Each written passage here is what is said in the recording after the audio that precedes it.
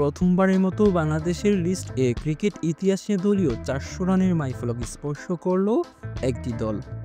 মিরপুর শেরেবাংলা স্টেডিয়ামে ব্রাদার্স ইউনিয়নের বিপক্ষে ৪২২ রানের বিশাল সংগ্রহ করল প্রাইম ব্যাংক।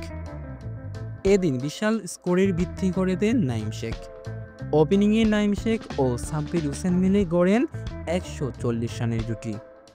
সাব্বির ৬৩ বলে ৭৩ রান করে ফিরলেও এক প্রান্ত আগলে রাখেন নাঈম শেখ। এরপর জাকির হাসানের সঙ্গে দ্বিতীয় উইকেটে গড়েন ৮৬ রানের বড় জুটি।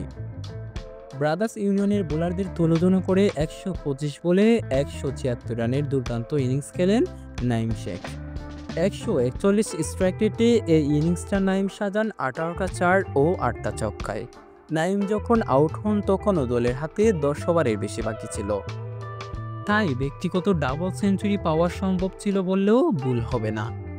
নাঈম শেখ ফিরলে ৪০০ রানের স্বপ্ন ফিকে হওয়ার শঙ্কা থাকলেও শেষ দিকে আব্দুল্লাল মামুন ও সাজ্জাদুল ইসলাম রিপনের ঝোড়ো ব্যাটিংয়ে প্রথম দল হিসেবে ৪০০ রান পার করে প্রাইম ব্যাংক। রিপন এদিন নিজের অর্ধশতক তুলে নেন। শেষ পর্যন্ত ৮ উইকেট হারিয়ে প্রাইম ব্যাংকের সংগ্রহ দাঁড়ায় ৪২২ রান।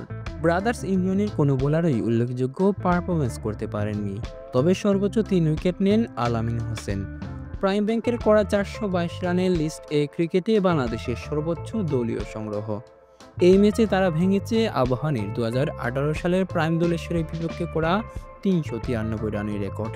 এছাড়াও প্রাইম ব্যাংক নিজেদের ২০২২ সালে শাইনপুকুরের বিপক্ষে করা ৩৮৮ রানের ইনিংসও পেছনে ফেলেছে এদিন।